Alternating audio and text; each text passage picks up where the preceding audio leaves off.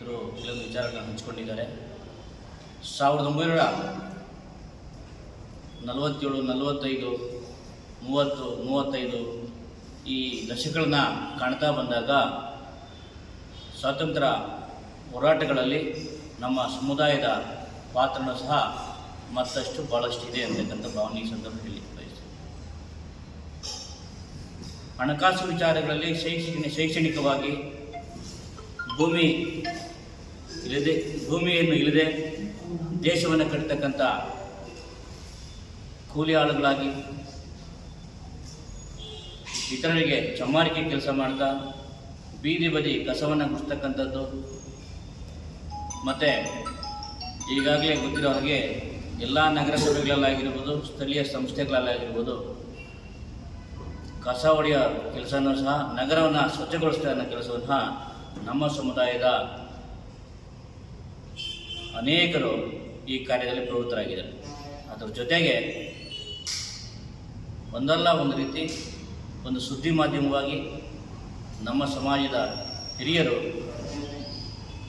ತಮಟೆಯನ್ನು ಬಾರಿಸೋದ್ರ ಮುಖಾಂತರ ಸಮಾಜಕ್ಕೆ ಒಂದು ಸಂದೇಶವನ್ನು ಒಂದು ಸುದ್ದಿ ಮಾಧ್ಯಮವಾಗಿ ಒಂದಲ್ಲ ಒಂದು ರೀತಿ ಪಾರಂಪರಿಕ ವೃತ್ತಿಯನ್ನು ಮಾಡಿಕೊಡ್ತಾ ಬಂದಿತ್ತು. ಅದರ ಜೊತೆಗೆ ವಿಶಿಷ್ಟವಾಗಿ ನಮ್ಮ ಮುಂದುವರೆದ ಸಮಾಜ ಇತರೆ ಅಣ್ಣ ತಮ್ಮಂದಿರ ಜೊತೆಗೂ ಸಹ ಪ್ರೀತಿ ವಿಶ್ವಾಸವಾಗಿ ಮಾನವೀಯ ಮೌಲ್ಯಗಳ ನುಡಿಗಟ್ಟಿನಲ್ಲಿ ಬದುಕನ್ನು ಕಟ್ಟಿಕೊಳ್ತಕ್ಕಂಥ ಪ್ರಯತ್ನಗಳಲ್ಲಿ ಸಾಕಷ್ಟು ಸವಾಲುಗಳನ್ನು ಎದುರಿಸ್ತಾ ಸಮರೋಪಾದಿಯಲ್ಲಿ ಸ್ವಾತಂತ್ರ್ಯಕ್ಕಾಗಿ ಅವರು ಸಹ ಹೋರಾಟ ತ್ಯಾಗ ಬಲಿದಾನಗಳನ್ನು ಮಾಡಿದರು. ಹಾಗಾಗಿ ತದನಂತರ ದಿನಗಳಲ್ಲಿ ಸುಮಾರು 35 ವರ್ಷಗಳ ಹಿಂದೆ ಈ ಅಸ್ಪೃಶ್ಯರಲ್ಲಿ ಒಳ ಮೀಸಲಾತಿ ಕೊಡಬೇಕು ಅಂತ ವಿಚಾರ ಬಂದಾಗ 1970ರ ದಶಕದಲ್ಲಿ ಆವನೂರು ಆಯೋಗ ಆಗಿರ್ಬೋದು, ಕಾಂತರಾಜ ಆಯೋಗ ಆಗಿರ್ಬೋದು, ರೆಡ್ಡಿ ಆಯೋಗ ಆಗಿರ್ಬೋದು, ತದನಂತರ ಸದಾಶಿವ ಆಯೋಗ ಆಗಿರ್ಬೋದು, ನಮ್ಮ ಆಳ್ತಕ್ಕಂಥ ಸರ್ಕಾರಗಳು ಒಂದಲ್ಲ ಒಂದು ರೀತಿ ಆಯೋಗಗಳನ್ನು ರಚನೆ ಮಾಡ್ತಾ ಈ ರಿಹ್ಯಾಬಿಲಿಟೇಷನ್ ಆಗಿರ್ಬೋದು, ಅಸ್ಪೃಶ್ಯತೆಯನ್ನು ಫೈಂಡ್ ಔಟ್ ಮಾಡಿ ಸಾಮಾಜಿಕ ಪರಿಕಲ್ಪನೆ ಜೊತೆಗೆ ನಾವೆಲ್ಲನೂ ಸಮಪಾಲು ಅಂತಕ್ಕಂಥ ಹಂಚಿಕೆ ಮಾಡಿಕೊಂಡು ಬದುಕಬೇಕು ಅಂತಕ್ಕಂಥ ವಿಚಾರಗಳಲ್ಲಿ ಕಾಂಗ್ರೆಸ್ ಪಕ್ಷ ಆಗಿರ್ಬೋದು, JDS ಪಕ್ಷ ಆಗಿರ್ಬೋದು, BJP ಪಕ್ಷ ಆಗಿರ್ಬೋದು ಒಂದಲ್ಲ ಒಂದು ರೀತಿ ಈ ಕಮಿಷನ್ಗಳು ಮಾಡ್ತಾ ಕಾಲಕ್ಕೆ ವರದಿಗಳನ್ನು ತಗೊಂಡು ಈ ಸಾಮಾಜಿಕವಾಗಿ, ಶೈಕ್ಷಣಿಕವಾಗಿ ಮತ್ತು ರಾಜಕೀಯವಾಗಿ ಪ್ರಾತಿನಿಧ್ಯವನ್ನು ವಿಂಗಡಣೆ ಮಾಡ್ತಕ್ಕಂಥ ವಿಚಾರಗಳಲ್ಲಿ ಕಾರ್ಯನಿರ್ವಹಿಸ್ತಾ ಬಂತು. ಹಾಗಾಗಿ ನಮ್ಮ ಧರ್ಮಸಿಂಗ್ ಸರ್ಕಾರ ಇದ್ದಾಗ ಕಾಂಗ್ರೆಸ್ ಪಕ್ಷದಲ್ಲಿ ಈ ಅಸ್ಪೃಶ್ಯರಿಗೆ ಒಳ ಮೀಸಲಾತಿ ಕಲಿಸಬೇಕು ಅಂದಾಗ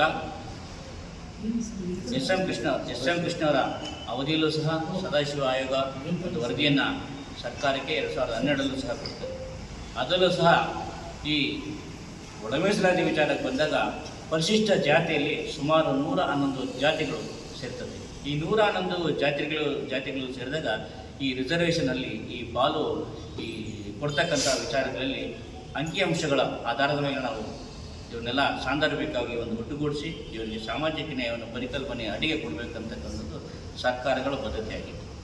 ಆ ವಿಚಾರದಲ್ಲಿ 2023ರಲ್ಲಿ ನಮ್ಮ ಕರ್ನಾಟಕ ಪ್ರದೇಶ ಕಾಂಗ್ರೆಸ್ ಸಮಿತಿ ಪಕ್ಷ ಸಹ ಪ್ರಣಾಳಿಕೆಯಲ್ಲಿ ಒಂದು ಅಂಶವನ್ನು ಸೇರಿಸಿ ನಾವು ಸರ್ಕಾರ ಅಧಿಕಾರಕ್ಕೆ ಬಂದರೆ ನಾವು ಒಳ ಮೀಸಲಾತಿಯನ್ನು ಜಾರಿ ಮಾಡ್ತೀವಿ ಅಂತಕ್ಕಂಥ ಮಾತನ್ನು ಹೇಳಿದ್ದು. ಚಿತ್ರದುರ್ಗ ಸಮಾವೇಶದಲ್ಲೂ ಸಹ ಈ ನೋಟಿಫಿಕೇಶನ್ ಮಾಡಿರ್ತಾರೆ. ಮತ್ತು ಅಧಿಕೃತವಾಗಿ ನಮ್ಮ ಹಿರಿಯ ಕಾಂಗ್ರೆಸ್ ನಾಯಕರ ಸಮ್ಮುಖದಲ್ಲೂ ಸಹ ಈ ಮಾತನ್ನು ಹೇಳಿರ್ತಾರೆ. ಅದನ್ನು ಒಳಗೊಂಡಂತೆ 2023ರಲ್ಲಿ ಒಳ ಮೀಸಲಾತಿ ಜಾರಿ ಮಾಡ್ತಾರೆ ನಾವು ವಿಚಾರ ಒಳಗೊಂಡಾಗ ನಮ್ಮ ಮಾದಿಗ ಸಮಾಜ ಇದೆ 2023ರಲ್ಲಿ ಕರ್ನಾಟಕ ಕಾಂಗ್ರೆಸ್ ಪಕ್ಷ ಏನಿದೆ 136 ಸೀಟುಗಳನ್ನು ಗೆಲ್ಲೋದ್ರಲ್ಲಿ ನಮ್ಮ ಸಮಾಜದ ಬಹುಪಾಲು ಜಾಸ್ತಿ ಇದೆ ಅಂತಕ್ಕಂಥದ್ದು ಈ ಸಂದರ್ಭ ಹೇಳಲಿಕ್ಕೆ ಬಯಸ್ತೀವಿ. ತದನಂತರ ಆಗಸ್ಟ್ 1ನೇ ತಾರೀಕು ಕಳೆದ 2024ರಲ್ಲಿ ಮಾನ್ಯ ಒಂದು ಸುಪ್ರೀಂ ಕೋರ್ಟ್ ಆದೇಶ ಆಗ್ತದೆ. ಈ ಒಳ ಮೀಸಲಾತಿ ವಿಚಾರವಾಗಿ ನೀವು ನಿಮ್ಮ ಸರ್ಕಾರ ನಿರ್ಣಯ ತಗೊಳ್ಬೋದು, ಸರ್ಕಾರ ತೀರ್ಮಾನ ಮಾಡ್ಬೋದು, ಒಳ ಮೀಸಲಾತಿ ಮಾಡ್ತಕ್ಕಂಥ ಹಕ್ಕು ನಿಮಗಿದೆ, ಇದು ರಾಜ್ಯ ಸರ್ಕಾರಗಳಿಗೆ ಮಾಡ್ಬೋದು ಅಂತೇಳಿ ಒಂದು ಆದೇಶನ ಮಾಡ್ತಾರೆ. ಅದಾದ ನಂತರ ಮಾನ್ಯ ನಮ್ಮ ಸಿದ್ದರಾಮಯ್ಯ ಸರ್ಕಾರ ಏನಾದರೂ ಮಾಡಿ ಒಂದು ಅವಕಾಶ ಮಾಡಿಕೊಡ್ಬೇಕಂತೇಳಿ ನಮ್ಮ ಪಕ್ಕದ ತೆಲಂಗಾಣ ಸರ್ಕಾರ ಕೂಡ ಒಂದು ಆಯೋಗವನ್ನು ರಚನೆ ಮಾಡಿ ಸುಮಾರು ಒಂದು 3 ತಿಂಗಳಲ್ಲಿ ಈ ರಾಜ್ಯದಲ್ಲಿ ವಾಸ ಮಾಡ್ತಕ್ಕಂಥ ಎಲ್ಲ ದತ್ತಾಂಶಗಳನ್ನು ಕಲೆ ಹಾಕಿ ನಮ್ಮ ತೆಲಂಗಾಣ ರಾಷ್ಟ್ರದಲ್ಲೂ ಸಹ ಒಳಮೀಸಲಾತಿ ಜಾರಿ ಮಾಡಿದ್ದಾರೆ. ಅದೇ ರೀತಿ ನಮ್ಮ ಕರ್ನಾಟಕದಲ್ಲೂ ಮಾಡಬೇಕು ಅಂತೇಳಿ ಮಾನ್ಯ ಸಿದ್ದರಾಮಯ್ಯನವರು ಈ ನ್ಯಾಯಮೂರ್ತಿ ನಾಗಮೋಹನ್ ದಾಸ್ ವರದಿಯನ್ನು ಒಂದು ಕಮಿಷನ್ ಮಾಡಿ ಅವರಿಗೆ ಆಗಿರ್ತಕ್ಕಂಥ ಜವಾಬ್ದಾರಿ ಹಂಚಿ ಒಂದು 3 ತಿಂಗಳಲ್ಲಿ ಎಲ್ಲ ದತ್ತಾಂಶಗಳನ್ನು ಕಲೆ ಹಾಕಿ ಎಡಗೈ ಜನಾಂಗ ಎಷ್ಟಿದೆ, ಬಲಗೈ ಜನಾಂಗ ಎಷ್ಟಿದೆ, ಅದರ ಜೊತೆಗೆ ರಾಜ್ಯದಲ್ಲಿ ಇರ್ತಕ್ಕಂಥ 101 ಪರಿಶಿಷ್ಟ ಜಾತಿಗಳಲ್ಲಿ ಅಂಕಿ ಸಂಖ್ಯೆಯನ್ನು ಕಲೆ ಹಾಕ್ತಕ್ಕಂಥ ಒಂದು 3 ತಿಂಗಳ ಸಮೀಕ್ಷೆಯನ್ನು ಮನೆಗೆ ಹೋಗ್ತಕ್ಕಂಥದ್ದು ಒಂದು 4-5 ಹಂತಗಳಲ್ಲಿ ಏನೇನು ಸವಾಲುಗಳು ಬರ್ತದೆ ಅದನ್ನೆಲ್ಲ ಎದುರಿಸಿ ಯಾವ ರೀತಿ ಯಾರೂ ಈ ಡ್ರಾಪ್ಔಟ್ ಆಗಬಾರ್ದು ಈ ಏನೋ ಒಂದು ಈ ಸೆನ್ಸಸ್ಸಲ್ಲಿ ಅಂತೇಳಿ ಬಹಳ ವಿಶಿಷ್ಟವಾಗಿ 3-4 ತಿಂಗಳು ಈ ಪ್ರಕ್ರಿಯೆಯಲ್ಲಿ ಎಲ್ಲರೂ ಭಾಗವಹಿಸಬೇಕು ಅಂತೇಳಿ ಸರ್ಕಾರ ಮುತುವರ್ಜಿ ವಹಿಸಿ 111 ಜಾತಿಗಳ ಪರಿಶಿಷ್ಟ ಜಾತಿಗಳ ಅಂಕೆ ಸಂಖ್ಯೆಯನ್ನು ಕಲೆ ಹಾಕೋದ್ರಲ್ಲಿ ಬಹಳ ವಿಶೇಷವಾಗಿ ಕೆಲಸ ಮಾಡಿ ಕಳೆದ ಆಗಸ್ಟ್ ತಿಂಗಳಲ್ಲಿ ಸರ್ಕಾರಕ್ಕೆ ವರದಿ ಕೂಡ ಮಾಡ್ತಾರೆ ನಾಗಮೋಹನ್ ದಾಸ್ ಕಮಿಟಿಯವರು. ಇದರಲ್ಲಿ ಪರಿಶಿಷ್ಟ ಜಾತಿಯಲ್ಲಿ ಬಲಗೈ ಸಮುದಾಯ ಎಷ್ಟಿದೆ, ಎಡಗೈ ಸಮುದಾಯದ ಎಷ್ಟಿದೆ, ಇನ್ನುಳಿದ ಕೊರಚ, ಕೊರಮ, ಲಂಬಾಣಿ 111 ಜಾತಿ ಎಲ್ಲ ಅಂಕಿ ಸಮೇತ ನಮ್ಮ ಸಿದ್ದರಾಮಯ್ಯ ಅವರು ಸರ್ಕಾರಕ್ಕೆ ಕೊಡ್ತಾರೆ. ಅದಾದ ನಂತರ ಕಳೆದ ಸೆಷನ್ನಲ್ಲಿ ವಿಶೇಷ ಸೆಷನ್ ನಡೆಸಿ ಮಾನ್ಯ ಮುಖ್ಯಮಂತ್ರಿಗಳು ಸದನದಲ್ಲಿ ಇಡೀ ರಾಜ್ಯ ಸಚಿವ ಸಂಪುಟ ಭಾಗವಹಿಸಿ ಏನು ಮಾಡ್ತಾರೆ ಅಂದರೆ ಈ ಏನಾದರೂ ಒಂದು ನ್ಯಾಯ ಮಾಡಬೇಕಂದಾಗ ನಮ್ಮ ಎಡಗೈ ಸಮುದಾಯ ಪ್ರವರ್ಗ ಒಂದು ಅಂತೇಳಿ ಒಂದು ತೀರ್ಮಾನ ಮಾಡಿ ಮಾನ್ಯ ಮುಖ್ಯಮಂತ್ರಿ ಸಿದ್ದರಾಮಯ್ಯನವರು ವಿಶೇಷವಾಗಿ ಈ ಪ್ರವರ್ಗ 1 ಅಂತಕ್ಕಂಥದ್ದು ಎಡಗೈ ಸಮುದಾಯ ಹೆಚ್ಚಿನ ಸಂಖ್ಯೆಯಲ್ಲಿದೆ. ಇದರ ಮಾನದಂಡಗಳಲ್ಲಿ ಇಟ್ಕೊಂಡು ಪರಿಶಿಷ್ಟ ಜಾತಿಯಲ್ಲಿ 6%, ಬಲಗೈಗೆ 6%, ಎಡಗೈಗೆ 6% ಮತ್ತು ಇನ್ನುಳಿದ ಜಾತಿಗಳಿಗೆ 5%ಅನ್ನು ವಿಶೇಷವಾಗಿ ಘೋಷಣೆ ಮಾಡ್ತಾರೆ. ನಾವೇಳೋದನ್ನಿಷ್ಟೇ, ಈ ನಮ್ಮ ಸರ್ಕಾರ ಸಿದ್ದರಾಮಯ್ಯನ ಸರ್ಕಾರ 6-6-5 ಈ ಮಾನದಂಡಗಳು ಏನು ಪ್ರಕಟ ಮಾಡಿದೆ ಅದನ್ನು ನಾವು ಸ್ವಾಗತ ಮಾಡ್ತೀವಿ. ಅದರ ಜೊತೆಗೆ ಸುಮಾರು 35 ವರ್ಷಗಳಿಂದ ಎಸ್ಪೆಷಲಿ ನನಗೆ ಗೊತ್ತಿದ್ದ ಮಟ್ಟಿಗೆ ನಾನು 7th ಸ್ಟ್ಯಾಂಡರ್ಡ್ ಇದ್ದೆ, ಆಗಲಿ ನನಗೆ ಹೋರಾಟ ನಡೀತದೆ. 35 ವರ್ಷಗಳಿಂದ ಒಂದಲ್ಲ ಒಂದು ರೀತಿ ಕುಟುಕೋಸಿ ಚಳುವಳಿ ಆಗಿರ್ಬೋದು, ಸೈಕಲ್ ಜಾಥಾ ಆಗಿರ್ಬೋದು, ಆಮೇಲೆ ಅರಬತ್ತಲೆ ಮೆರವಣಿಗೆ ಆಗಿರ್ಬೋದು, ನಮ್ಮ ಆಳ್ತಕ್ಕಂಥ ಸರ್ಕಾರಕ್ಕೆ ಒಂದಲ್ಲ ಒಂದು ರೀತಿ ಏನು ನಾವು ಸುದ್ದಿ ಮಾತಿಗೆ ಏನಿದ್ವಿ ನಮ್ಮ ತಮಟೆ ಸುತ್ತು ಆ ತಮಟೆ ಬಾರಿಸೋದ್ರ ಮುಖಾಂತರ ಎಲ್ಲ ಜಿಲ್ಲಾ ಕೇಂದ್ರಗಳಲ್ಲಾಗಿರ್ಬೋದು, ಚಳಿಗಾಲದ ಅಧಿವೇಶನಗಳಾಗಿರೋದು, ಬೆಳಗಾಮಲ್ಲಾಗಿರೋದು, ಬೆಂಗಳೂರಲ್ಲಾಗಿರೋದು, ಹೈದರಾಬಾದ್ ಆಗಿ ಇಡೀ ದೇಶಕ್ಕಿಂತ ಎಲ್ಲೆಲ್ಲಿ ಹೋರಾಟಗಳು ನಡೀತಾ ಇತ್ತು ಅಂಥ ಕಡೆಲ್ಲ ನಾವು ನಮ್ಮ ಹಿರಿಯರು ಭಾಗವಹಿಸ್ತಾ ಇದ್ದರು. ಎಷ್ಟೋ ಹೋರಾಟಗಳಲ್ಲಿ ಅಪಘಾತಕ್ಕೀಡಾಗಿ ನಮ್ಮ ಹಿರಿಯರು ಪ್ರಾಣವನ್ನು ಕಳ್ಕೊಂಡಿದ್ದಾರೆ. ಅವ್ರಿಗೂ ಸಹ ಏನೀಗ 6-6-5 ಜನಗಿದೆ ಈ ಪರ್ಸೆಂಟೇಜು ನಮ್ಮ ಹಿರಿಯ ಏನಿದೆ ಹೋರಾಟಗಾರರು ಅವ್ರಿಗೆ ಈ ಸಂದರ್ಭ ನಾವು ಪೂರ್ಣೆ ಮಾಡಲಿಕ್ಕೆ ನಾವು ಬಯಸ್ತೇವೆ.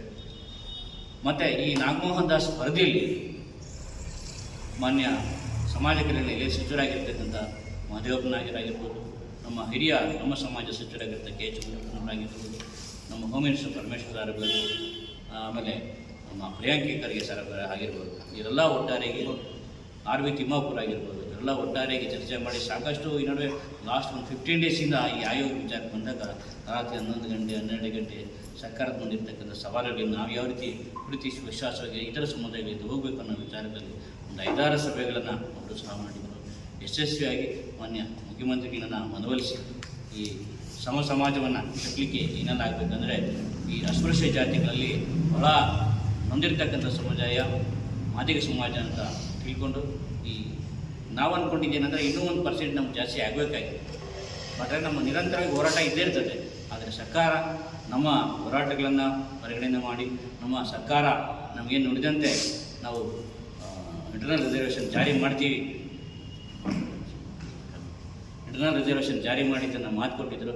ಆ ಮಾತನ್ನು ಉಳಿಸ್ಕೊಳ್ಳಿಕ್ಕೆ ನಮ್ಮ ಹಿರಿಯ ಸಚಿವರಾಗಿರ್ತ ಕೆ ಎಚ್ ಮುನಿಯಪ್ಪನವರು ಮತ್ತು ನಮ್ಮ ಮಾಜಿ ಸಮಾಜ ಕಲ್ಯಾಣ ಸಚಿವರಾಗಿರ್ತಕ್ಕಂಥ ಎಚ್ ಆಂಜನೇಯ ಅವರು ಮತ್ತು ಮಾಜಿ ಚಿತ್ರದುರ್ಗ MP ಆಗಿರ್ಬೋದು, ಚಂದ್ರಪ್ಪನವರಾಗಿರ್ಬೋದು, ಅನೇಕ ಹಿರಿಯ ಸಮಾಜದ ಹಿರಿಯ ನಾಯಕರು ಈ